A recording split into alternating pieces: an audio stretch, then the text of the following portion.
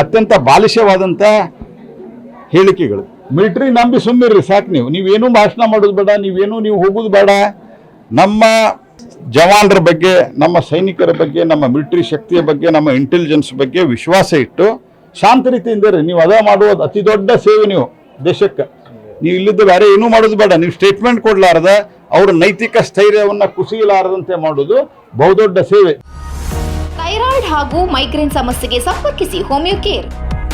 ಜಮೀರ್ ಅವರ ಬಹಳ ದೊಡ್ಡ ಪ್ರಮಾಣದ ತ್ಯಾಗ ಮಾಡ್ಲಿಕ್ಕೆ ಹೊರಟಿದ್ದೀರಿ. ನಿಮ್ಮಂತ ತ್ಯಾಗ ದಾನ ಮಾಡುವಂಥವ್ರು ಯಾರು ಇಲ್ಲ. ಅದಕ್ಕೆ ನಿಮ್ಗೆ ದೊಡ್ಡದು ನಮಸ್ಕಾರ. ನಿಮ್ಗೆ ನಿಮ್ಮ ಪಾರ್ಟಿಯವರು ಶಾಂತ ರೀತಿಯಿಂದ ಕೂತರ ಅಲ್ಲ, ಜಮೀರ್ ಅವ್ರು ಕಳ್ಕೊಳ್ಳೋದಿಲ್ಲ. ಜಮೀರ್ ಅವರು ಶಾಂತ ರೀತಿಯಿಂದ ಇದ್ರ ದೇಶಕ್ಕೆ